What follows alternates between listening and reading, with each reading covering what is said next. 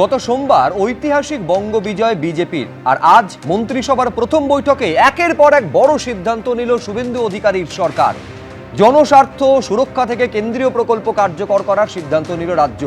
বড় স্বস্তির বার্তা চাকরি প্রার্থীদের জন্যও, জানিয়ে স্টুডিওয়ে উপস্থিত প্রত্যেক অতিথির কাছে আমি আসবো। কিন্তু তার আগে আপনাদের শুরুতে যেটা জানাবো যে দেখুন, 5 জন মন্ত্রী মুখ্যমন্ত্রীর সঙ্গে শপথ নিয়েছিলেন শনিবার, আর আজ তাদের মধ্যে মন্ত্রক বন্টন সেটা হয়ে গেছে বলে জানা যাচ্ছে। আমি বিস্তারিত জানার জন্য সরাসরি শিবাশিস মৌলিকের কাছে যাব, যে এখনো পর্যন্ত এই 5 জন মন্ত্রী কে কোন দফতর পাচ্ছেন সেই মন্ত্রক বন্টনের কাজ হয়ে গেছে। দিলীপ ঘোষ, তিনি 3টে মন্ত্রক পাচ্ছেন, পঞ্চায়েত সহ 3টি দফতরের মন্ত্রী হচ্ছেন দিলীপ ঘোষ। পুর নগর উন্নয়ন সহ জোড়া দফতরের মন্ত্রী হচ্ছেন অগ্নিমিত্রা পাল। যে 3টি দফতরের দায়িত্ব দিলীপ ঘোষের ওপর ন্যস্ত হচ্ছে তার মধ্যে রয়েছে পঞ্চায়েত দফতর, রয়েছে প্রাণী সম্পদ, রয়েছে কৃষি বিপণন। অন্যদিকে অগ্নিমিত্রা পাল, তিনি দায়িত্ব পাচ্ছেন পুর এবং নগর উন্নয়ন দপ্তরের। আমি সরাসরি কথা বলবো শিবাশিস মৌলিকের সঙ্গে। এই কৌতূহলটা একেবারে শনিবার থেকে ছিল, এই যে 5 জন মন্ত্রী শপথ নিলেন, কে কোন মন্ত্রক পাচ্ছেন, আজকে সেই মন্ত্রক বা দপ্তর বন্টনের কাজ সম্পূর্ণ হলো। শিবাশিস, একদম তাই। দেখো, শুরুতেই তোমায় বলি সুব্রজিৎ, আজ সকালে যখন গার্ড অফ অনার নিয়ে এই নবান্ন, আমি যেখানে দাঁড়িয়ে রয়েছি নবান্ন সভাঘরের সামনে কিন্তু গার্ড অফ অনার দেওয়া হয় মুখ্যমন্ত্রী শুভেন্দু অধিকারীকে, এবং তারপরই দফায় দফায় বৈঠক করছেন শুভেন্দু অধিকারী। এবং প্রথমেই আমরা দেখলাম তিনি স্বরাষ্ট্র সচিব, মুখ্য সচিবকে নিয়ে, ডিজি এবং কলকাতা পুলিশের সিপিকে নিয়ে একটি বৈঠক করলেন। তারপর ক্যাবিনেট বৈঠক করলেন। ক্যাবিনেট বৈঠকের পর তিনি নিজে এসেই সাংবাদিকতা ব্রিফ করলেন, এবং তারপর আমলাদের নিয়ে, সচিবদের নিয়ে একটি বৈঠক করেছেন। এরপর বিধায়কদের সঙ্গে জেলা শাসকদের নিয়ে যে বৈঠক চলে, সেই বৈঠকেই কিন্তু এই 5 পূর্ণমন্ত্রী কে কোন দপ্তর পাচ্ছেন সেই বিষয়টি সামনে আনা হয়। বিধায়কদের সূত্রে যেমনটা জানা যাচ্ছে, তাতে দিলীপ ঘোষ তিনি পঞ্চায়েত এবং গ্রামোন্নয়নের পাশাপাশি কৃষি বিপণনের দায়িত্ব পেয়েছেন। অগ্নিমিত্রা পাল, তিনি পুরো দপ্তরের পাশাপাশি পুরো উন্নয়ন এবং তার পাশাপাশি তিনি নারী ও শিশু কল্যাণের দায়িত্ব পেয়েছেন। অশোক কীর্তনিয়া, তিনি খাদ্য দপ্তরের দায়িত্ব পেয়েছেন, খাদ্য প্রক্রিয়াকরণ, খাদ্য ইত্যাদি দায়িত্ব পেয়েছেন অশোক কীর্তনিয়া। এর পাশাপাশি নিশীথ প্রামাণিকের ক্ষেত্রে 3টি দপ্তর দেওয়া হয়েছে, উত্তরবঙ্গ উন্নয়ন, ক্রীড়া এবং যুব কল্যাণ। এই 3টি দপ্তর দেওয়া হয়েছে নিশীথ প্রামাণিককে। ক্ষুদিরাম টুডুকে দেওয়া হয়েছে অনগ্রসর শ্রেণী কল্যাণ। এই 5 যে পূর্ণমন্ত্রী যারা শপথ নিয়েছিলেন ব্রিগেডে, শুভেন্দু অধিকারী যেদিনকে শপথ নিয়েছেন সেই মঞ্চেই এই 5 পূর্ণমন্ত্রী তারা শপথ নিয়েছিলেন। তাদের আজকে তাদের দপ্তর দেওয়া হলো। পরে আগামীতে যখন মন্ত্রিসভার অন্যান্য যে দপ্তরগুলি রয়েছে সেগুলো আবার বন্টন করা হবে।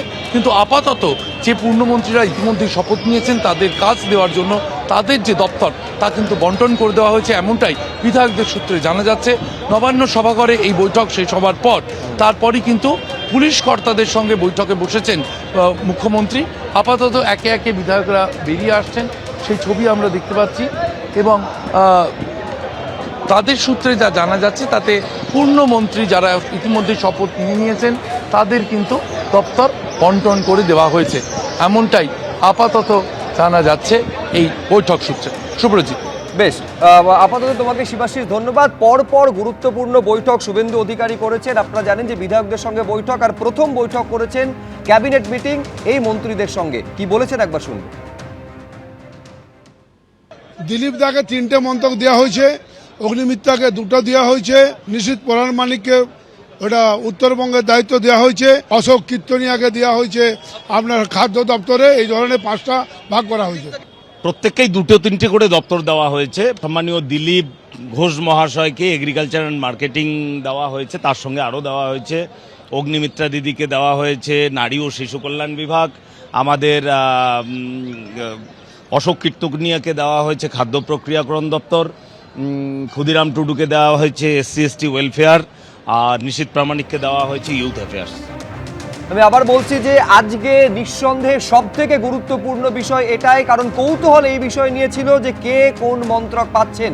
সেই দপ্তর বা মন্ত্রক বন্টনের কাজ সম্পূর্ণ হয়েছে। 5 জন মন্ত্রীকে দায়িত্ব দিয়ে দেওয়া হয়েছে। পঞ্চায়েত সহ 3টি দপ্তরের মন্ত্রী হচ্ছেন দিলীপ ঘোষ। পুর নগর উন্নয়ন সহ জোড়া দপ্তরের দায়িত্ব পেলেন অগ্নিমিত্রা পাল। ক্রীড়া, যুব কল্যাণ সহ 3টি দপ্তরের মন্ত্রী নিশীথ প্রামাণিক। পঞ্চায়েত দপ্তরের দায়িত্ব গেল দিলীপ ঘোষের হাতে। এছাড়াও প্রাণী সম্পদ বিকাশের দায়িত্ব দিলীপ ঘোষের হাতে দেওয়া হলো। কৃষি বিপণন দপ্তরের মন্ত্রী দিলীপ ঘোষ, পুর নগর উন্নয়ন দপ্তরের দায়িত্বে আনা হলো অগ্নিমিত্রা পালকে। নারী ও শিশু কল্যাণ দপ্তরও দেখবেন অগ্নিমিত্রা পাল, অর্থাৎ জোড়া মন্ত্রকের দায়িত্ব অগ্নিমিত্রা পালকে দেওয়া হলো।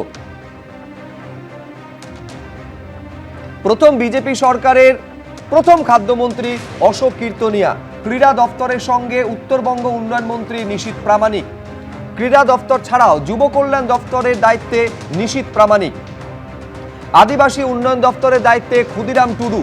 মন্ত্রিসভার প্রথম বৈঠকের পরই দপ্তর বন্টন। 1 জুন থেকে অন্নপূর্ণা ভান্ডার প্রকল্প চালু করার সিদ্ধান্ত নেওয়া হয়েছে। আরেকবার আপনাদের বলবো, 1 জুন থেকে অন্নপূর্ণা ভান্ডার প্রকল্প চালু করার সিদ্ধান্ত নেওয়া হয়েছে। সরকারি বাসে মহিলাদের টিকিট ফ্রি, অর্থাৎ সরকারি বাসে মহিলাদের কোনো ভাড়া কাটতে হবে না, এই সিদ্ধান্ত নিয়েছে সরকার। দেখুন, প্রচারের সময় বলা হয়েছিল, এবার প্রচারে যা যা প্রতিশ্রুতি দেওয়া হয়েছিল এবার এক এক করে সেই প্রতিশ্রুতি পূরণের পথে হাঁটছে শুভেন্দু অধিকারীর সরকার। যে অন্নপূর্ণা ভান্ডারের কথা বলা হয়েছিল, একেবারে লক্ষ্মীর ভান্ডারে যা পূর্বতন সরকার দিয়েছে তার দ্বিগুণ করা হবে প্রতিশ্রুতি দিয়েছিল সরকার, সেই প্রতিশ্রুতি পালন করছে এই সরকার। বিজেপি যেটা নির্বাচনী একেবারে প্রচার পর্বে বারে বারে বলেছিল, সেই প্রতিশ্রুতি পূরণের পথে এবার হাঁটছে বিজেপির সরকার। 1 জুন থেকে কার্যকর হতে চলেছে অন্নপূর্ণা ভান্ডার প্রকল্প এবং সরকারি বাসে মহিলাদের টিকিট ফ্রি, সরকারি বাসে মহিলাদের কোনো ভাড়া লাগবে না, এই সিদ্ধান্ত নিল সরকার।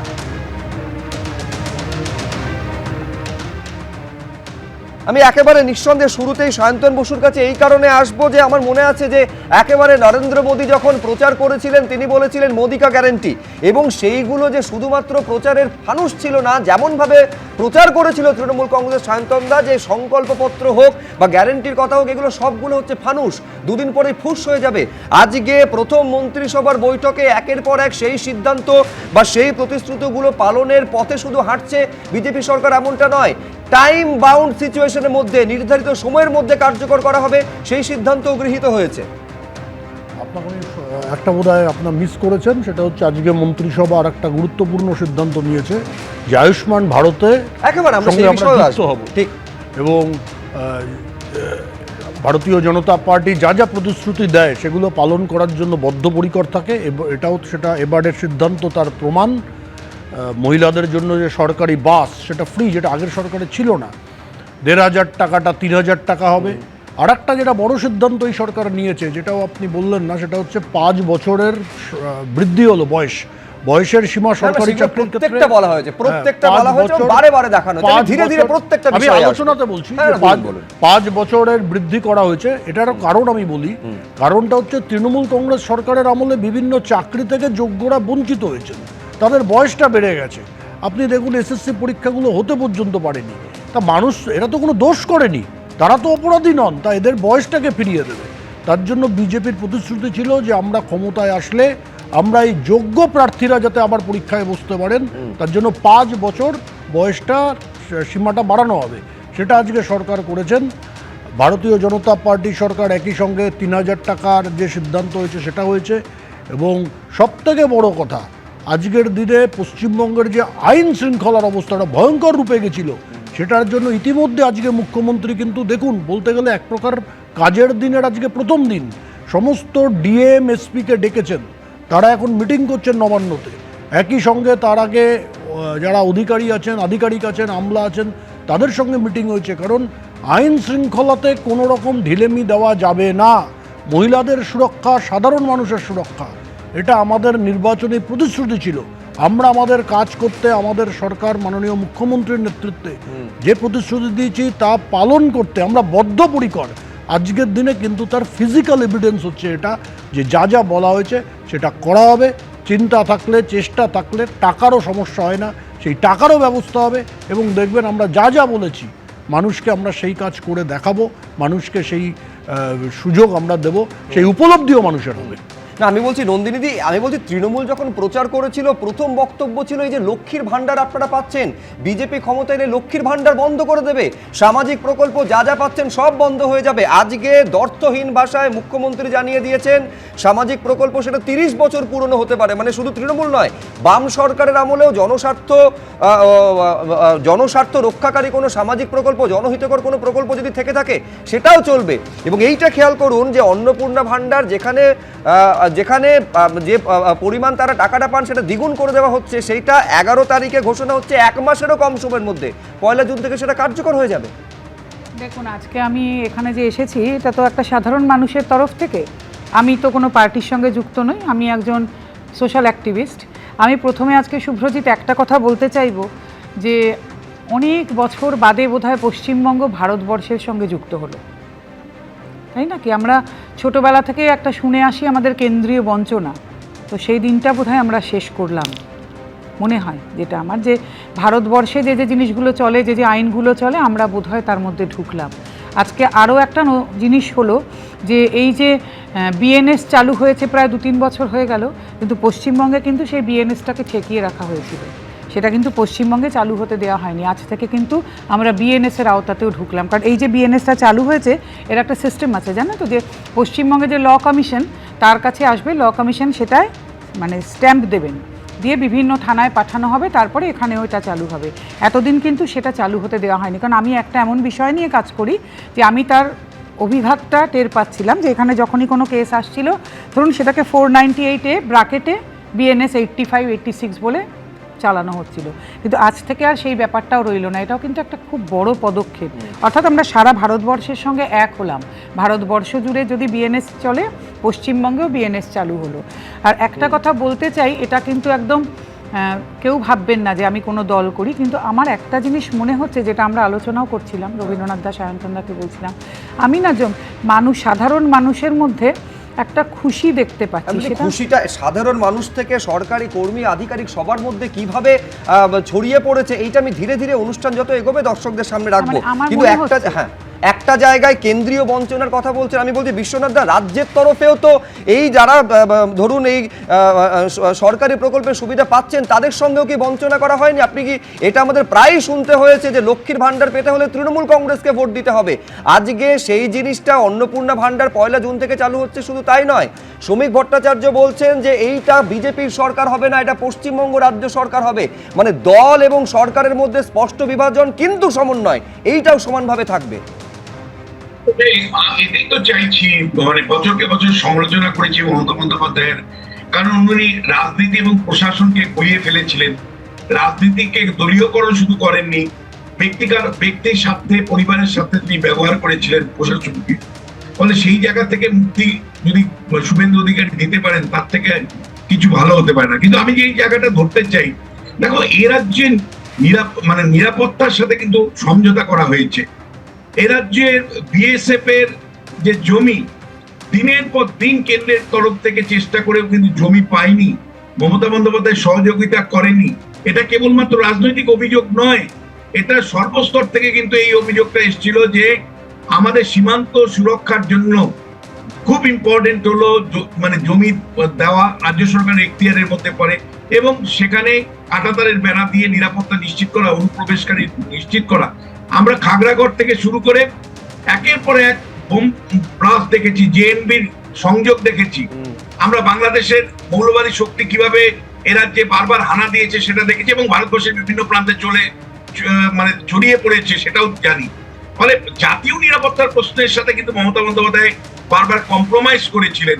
আজকের ক্যাবিনেট সেই সিদ্ধান্তটা নেওয়া হলো যে আগামী 45 দিনের মধ্যে এই জমি অধিগ্রহণ প্রক্রিয়াটা তারা শুরু করবেন, এবং যত সম্ভব এবং সেটা 45 দিনের মধ্যে সেই কাজটা সম্পূর্ণ পর্যন্ত করতে হবে, এই নির্দেশও মুখ্যমন্ত্রী দিয়েছেন। মন্ত্রিসভার প্রথম বৈঠকে একের পর এক গুরুত্বপূর্ণ সিদ্ধান্ত নেওয়া হয়েছে, তার মধ্যে অবশ্যই অন্যতম হচ্ছে চাকরি প্রার্থীদের জন্য একটা বড় স্বস্তির বার্তা শুভেন্দু অধিকারী সরকার দিয়েছে। যেভাবে 2015 সাল থেকে কার্যত কোনো নিয়োগ হয়নি, সেখানে 5 বছর পর্যন্ত বয়সের ক্ষেত্রে ছাড়ের কথা ঘোষণা করেছেন মুখ্যমন্ত্রী। কি বলেছেন দেখাবো এই প্রতিবেদন। এ রাজ্যের প্রথম বিজেপি সরকারের প্রথম মন্ত্রিসভার বৈঠকেই বড় সিদ্ধান্ত। সরকারি চাকরিতে আবেদনের ক্ষেত্রে বয়সের ঊর্ধ্বসীমা 5 বছর বাড়ানো হলো। মাননীয় স্বরাষ্ট্র ও সমবায় মন্ত্রী অমিত শাহজি নির্বাচন প্রচারে রায়দিঘি থেকে বলেছিলেন যে 2015 সালের পরে পশ্চিমবঙ্গে কোনো রিক্রুটমেন্ট হয়নি, তাই প্রচুর শিক্ষিত যুবক যুবতীর বয়স চলে গেছে। 5 বছর এক্সটেনশন মানে আবেদনের বয়সের ঊর্ধ্বসীমা ক্যাবিনেট মঞ্জুর করলো, এটাও আজকে আমরা করলাম। তৃণমূল জমানায় বারবার অভিযোগ উঠেছে নিয়োগ প্রক্রিয়া থমকে থাকায় বহু চাকরি প্রার্থীর আবেদনের বয়স পেরিয়ে গেছে, তারা প্রতিযোগিতা থেকে ছিটকে গেছেন। এই প্রেক্ষিতে বিজেপি সরকারের মন্ত্রিসভার এই সিদ্ধান্তে অনেকটা স্বস্তিতে চাকরি প্রার্থীরা। মানুষকে দেওয়া প্রতিশ্রুতি অনুযায়ী একেবারে প্রথম মন্ত্রিসভার বৈঠক থেকে আমরা দেখলাম যে একের পর এক সমস্ত প্রতিশ্রুতি পূরণ করা শুরু হলো। 5 বছরের বয়সের ছাড় দিয়ে তাদেরকে যখনই সরকারি চাকরির পরীক্ষার কোনো আবেদন বেরোবে সেই সুযোগটুকু অন্তত দিল। আমরা সাধুবাদ জানাই এই প্রচেষ্টাকে সরকারের। বিধানসভা ভোটের আগে বিজেপির সংকল্পপত্রেও প্রতিশ্রুতি দেওয়া হয়েছিল 2015 সাল থেকে নিয়োগ না হওয়া, বারবার প্রশ্নপত্র ফাঁস এবং পরীক্ষা বাতিলের ফলে ক্ষতিগ্রস্ত প্রার্থীদের চাকরির ক্ষেত্রে 5 বছর পর্যন্ত বয়সের ছাড় প্রদান করা হবে। প্রচারেও এই প্রতিশ্রুতি শোনা গেছিল কেন্দ্রীয় স্বরাষ্ট্রমন্ত্রীর মুখে। युवाओं की उम्र चली गई एग्जाम देने की, जिसमें हमारे बंगाल के युवाओं का कोई दोष नहीं था। मैं आज बताने आया हूं, भाजपा सरकार बनने के बाद युवाओं को नौकरी की आयु में 5 साल की मुक्ति भी दी जाएगी। এই প্রেক্ষাপটে প্রথম মন্ত্রিসভার বৈঠকেই সরকারি চাকরিতে আবেদনের বয়সসীমা বৃদ্ধির সিদ্ধান্ত নেওয়া হলো। চাকরির বয়সসীমা 5 বছর বৃদ্ধি করেছেন, এটা অবশ্যই খুব ভালো উদ্যোগ। সরকার প্রয়োজনে তদন্ত কমিটি বসাক, যারা অযোগ্য তাদেরকে চাকরি থেকে বরখাস্ত করুক এবং যারা যোগ্য তাদেরকে চাকরিতে ইনক্লুড করুক। স্কুল সার্ভিস কমিশনের পরীক্ষায় জেনারেল ক্যাটেগরিভুক্তদের ক্ষেত্রে এতদিন আবেদনের বয়সসীমা ছিল 40 বছর, সেই বয়সসীমা এবার বেড়ে হলো 45। এসএসসিতে সংরক্ষিতদের ক্ষেত্রে আবেদনের বয়সসীমা এতদিন ছিল 45, সেই ঊর্ধ্বসীমা এবার বেড়ে হলো 50। নতুন সরকারের এই সিদ্ধান্তকে সাধুবাদ জানিয়েছেন অন্যান্য পেশার সঙ্গে জড়িত তরুণ প্রজন্ম। আগের সরকারে আমরা কোনো সেরকমভাবে সরকারি চাকরির সুবিধা বা নিয়োগ সেরকমভাবে কিছুই পাইনি, কিন্তু এখন এই 5 বছর বাড়ানোতে এবং সেটা যদি ইমপ্লিমেন্টেশন হয় খুব তাড়াতাড়ি, তাহলে আমরা উপকৃত হব। মুখ্যমন্ত্রী সোমবার জানান 2015 সালের পর পশ্চিমবঙ্গে কোনো নিয়োগ হয়নি। এই পরিস্থিতিতে বহু শিক্ষিত যুবক যুবতীর আবেদনের বয়সসীমা পেরিয়ে গিয়েছে, সেই কথা মাথায় রেখেই এই সিদ্ধান্ত। কৃষ্ণেন্দু অধিকারী, অনির্বাণ বিশ্বাস, কমল কৃষ্ণ দে, এবিপি আনন্দ। এই চাকরি প্রার্থীদের দিনের পর দিন দুর্নীতির জন্য কিভাবে রাস্তায় বসে থাকতে হয়েছে, রবীন্দ্রনাথ ভট্টাচার্য অধ্যাপক এই স্টুডিওতে এসে বারে বারে সেটা দেখেছেন এবং তার প্রতিবাদ করেছেন। আমি বলছি শুধু তাই নয়, এই যোগ্যরা চাকরি চাইতে গিয়ে কিভাবে পুলিশের লাথি এবং লাঠি খেয়েছে সেই ছবিও আমরা ভুলে যাইনি রবীন্দ্রনাথ বাবু। আজকে যখন তাদের সামনে ঘোরতর অনিশ্চয়তার মুখে পূর্বতন সরকার ঠেলে ফেলে দিয়েছিল, আজকে যখন তাদের 5 বছরের এজ রিল্যাক্সেশন দেওয়া হচ্ছে, অধ্যাপক হিসেবে এটা কত বড় স্বস্তি আপনাকেও দিচ্ছে? ভীষণ স্বস্তি দিচ্ছে, ভীষণ স্বস্তি দিচ্ছে। প্রথমেই বলি 50 বছর বাদে, প্রায় 50 বছর, 49 বছর কয়েক মাস বাদে পশ্চিমবঙ্গে একটা ডবল ইঞ্জিন সরকার হলো। মানে পশ্চিমবঙ্গ যে দলের সরকার, কেন্দ্রেও সেই দলের সরকার। এই রকম একটা অবস্থায় আমরা সবসময়ই চাইবো যে কেন্দ্রীয় প্রকল্পের বেনিফিটগুলো এখানে যাতে পায়, এবং সেইটা সুনিশ্চিত করেছেন আমাদের মুখ্যমন্ত্রী, রাজ্য সরকার সেটা সুনিশ্চিত করেছেন। এই যে দিনের পর দিন এখানে ছেলেমেয়েগুলো কেঁদেছে, ছেলেমেয়েগুলো বোঝাবার চেষ্টা করেছে তাদের যন্ত্রণা, তাদের জ্বালা, চাকরি চলে গেছে, তাদের কি অভিজ্ঞতা, ভয়ঙ্কর অভিজ্ঞতা। এবং এক এক সময় শুনতে শুনতে সিভিল সোসাইটির মানুষ হিসেবে আমি চিৎকার করে উঠেছি, এমন এক একদিন চিৎকার করে উঠেছি যেদিন গিয়ে বাড়িতে গিয়ে শুনতে হয়েছে এত চিৎকার তুমি করে এলে কেন। কিন্তু এদের যে একটা স্বস্তির জায়গা থাকলো, যে যারা চাকরি পায়নি তাদের যে আবার আবেদন করবার সুযোগ পাওয়া গেল, তারা যে আবার ফেয়ার ওয়েতে, শুধু আবেদন করলেই হবে না, তাদেরকে কিন্তু যে চাকরিটা নেওয়া হবে, যে আবেদনপত্রের নিরিখে যে পরীক্ষা হবে, সেই পুরো ব্যবস্থাটা ঘুঘুর বাসা হয়ে আছে। সেই ঘুঘুর বাসাকে এই রাজ্য সরকারকে ভাঙতে হবে, এবং সেটা কিভাবে ভাঙবেন সেটাই হচ্ছে সবচেয়ে বড় অ্যাসিড টেস্ট। চতুর্দিকে সব ডিপার্টমেন্টে ঘুঘুর বাসা হয়ে আছে। উপাসনা চৌধুরী, উনি যখন শান্তির কথাটা বললেন ঠিক সেই সময় আমার চোখের সামনে মণিপুরের ঘটনাটা ভাসছিল, এবং সমানভাবে ডাবল ইঞ্জিন সরকার থাকাকালীন দিল্লির রাজপথে যখন আমরা দেখেছিলাম যে কি কৃষকদের উপর অত্যাচার করা হচ্ছে, বিশ্বাস করুন সেই জিনিসটা আমার চোখের সামনে ভাসছে। কিন্তু যখন এই কথাটা বলছি তার পাশাপাশি না সবটাই মনে পড়ছে, এবং তার পাশাপাশি আমার কথাটা তো যেটা বলার আমি তো সেটা বলবো, এবং সেখান থেকে আমি বলতে চাই যখন এই জিনিসটা চোখের সামনে ভাসছে সেই সমানভাবে তার ঠিক পূর্বে একটা জিনিস বলতে চাই, যারা নতুন মন্ত্রিসভায় যোগ পেয়েছেন বা যারা মন্ত্রী হয়েছেন তাদের সকলকে আমাদের তরফ থেকে অনেক অনেক শুভেচ্ছা। আমরা বাস্তবে চাই যে যেই দৃশ্যটার কথা আমি তুলে ধরলাম সেরকম সমান দৃশ্য যাতে আমাদের বাংলায় না হয়। যে সোনার বাংলার কথা আপনারা বলেছেন, আমাদের বাংলা যাতে সোনার বাংলা হয়ে ওঠে, সত্যি কিন্তু আমরা প্রত্যেকটা বাংলার নাগরিক সেটা দেখতে চাই। তার পাশাপাশি একটা কথা বলতে আমি বাধ্য হচ্ছি যে ওই লক্ষ্মীর ভাণ্ডার বন্ধ হওয়া নিয়ে একটা কথা উঠছিল। প্রিয়াঙ্কা তিব্রেওয়াল বিজেপির একজন নেত্রী, উনিই কিন্তু বিভিন্ন জায়গায় যখন ডোর টু ডোর করতে গেছিলেন তখন উনি বলেছিলেন যে লক্ষ্মীর ভাণ্ডার বন্ধ হোগা, লক্ষ্মীর ভাণ্ডার আসছে বন্ধে। তার পরবর্তীতে অন্নপূর্ণা ভাণ্ডারকে এখন আমাদের সকলের চোখের সামনে আনা হয়েছে। আমি সত্যি আশাবাদী থাকবো যে অন্নপূর্ণা ভাণ্ডারে সকলে যাতে উপকৃত হয়, সেখানে কোনো বাদ বিচার আর কোনো কথা থাকতে পারে না। যখন খোদ রাজ্যের মুখ্যমন্ত্রী বলছেন কোনো সামাজিক প্রকল্প বন্ধ হবে না, সেটা যত পুরনোই হোক না কেন। সায়ন্তন বসু একটা কথা কিন্তু বললেন না, সেটা হচ্ছে মুখ্যমন্ত্রী আজকে বলেছেন অনুপ্রেরণা শব্দটা আর চলবে না। অনুপ্রেরণা শব্দ ব্যবহার আগে আলিপুর চিড়িয়াখানার সামনে বড় হোর্ডিং ছিল যে সিংহ শাবক, মুখ্যমন্ত্রীর অনুপ্রেরণায় সিংহ শাবকের জন্ম হয়েছে, এরকম হোর্ডিংও আমরা কলকাতার রাস্তায় দেখেছি আলিপুর চিড়িয়াখানা। আপনি বলুন একটা সরকারি প্রকল্প বা সরকারি কোনো কর্মসূচি যেখানে অনুপ্রেরণা কথাটা নেই, আপনি একটা দেখাতে পারবেন? বলছি তো সরকারি কর্মসূচি ছেড়ে দিন, সিংহ শাবকের জন্ম হচ্ছে মুখ্যমন্ত্রীর অনুপ্রেরণায়।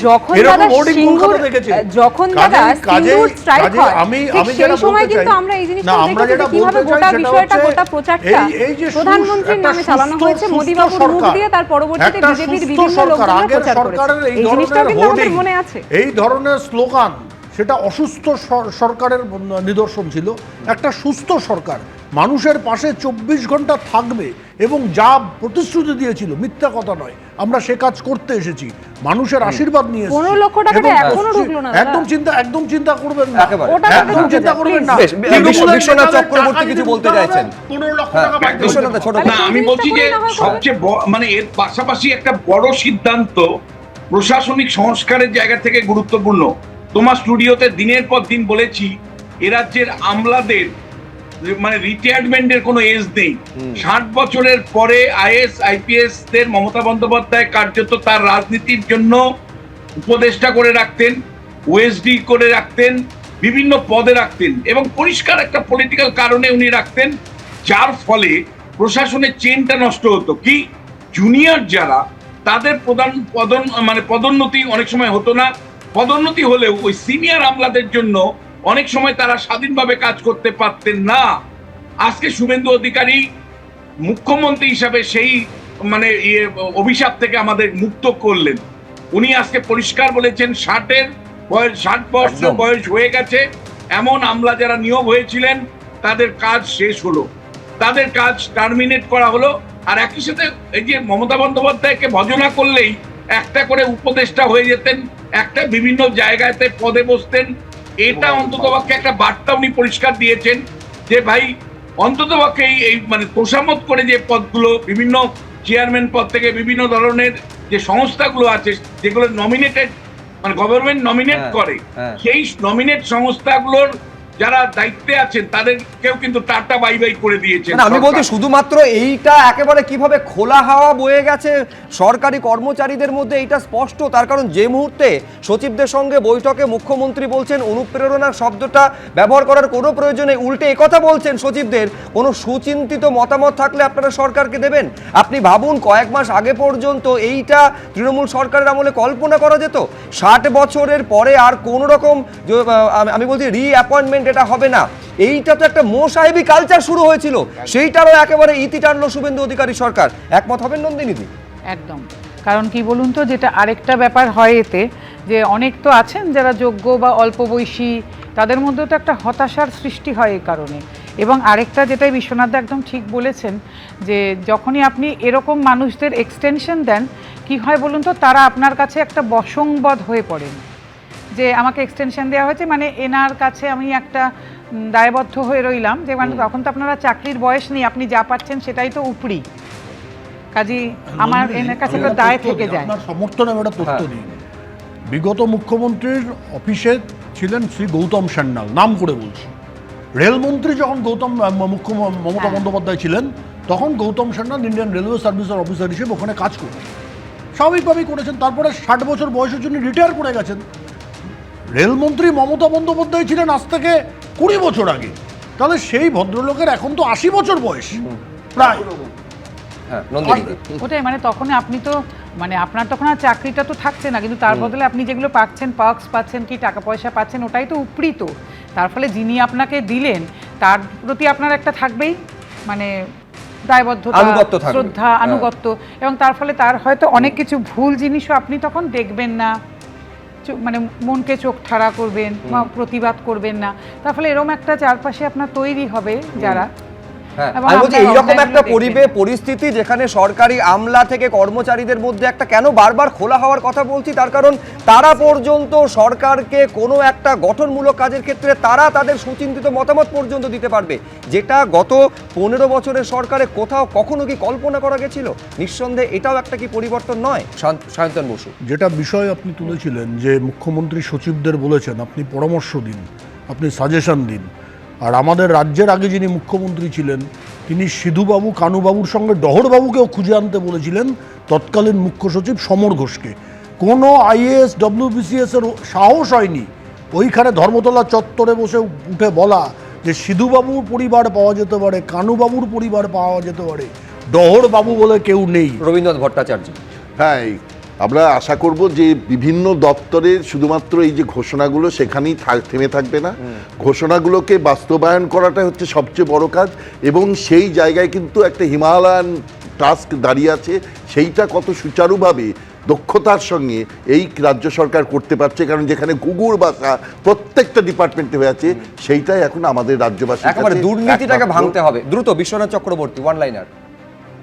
কালচারাল পরিবর্তনটাই সবচেয়ে ইম্পর্টেন্ট চ্যালেঞ্জ, যে কারণ কেন্দ্র রাজ্যের সহযোগিতার মধ্যে দিয়ে একের পর এক প্রকল্প এখন ইমপ্লিমেন্ট হবে, সে নিয়ে আমার কোনো সন্দেহ নেই। এবং শিল্পের পরিবেশও তৈরি হবে, শিল্প আসার। কিন্তু ইম্পর্টেন্ট হলো যে কালচারটা বহু বছর ধরে চলছে, সেই কালচারটার মধ্যে ওয়ার্ক কালচারের মধ্যে পরিবর্তন এক। আর দ্বিতীয় যেটা, সেটা হলো তৃণমূলকে হারানো বিজেপির একটা রাজনৈতিক উদ্দেশ্য। বিজেপির বৃহত্তম উদ্দেশ্য হলো জাতীয়তাবাদী ভাবনার দ্বারা পশ্চিমবাংলার সরকারকে পরিচালনা করা। ফলে জাতীয়তাবাদী ভাবনা চিন্তা এ রাজ্যে বহু বছর ধরে নেই। এখানে প্রথমে লেফট, তারপরে কংগ্রেস শাসন, তারপরে তৃণমূলের শাসন।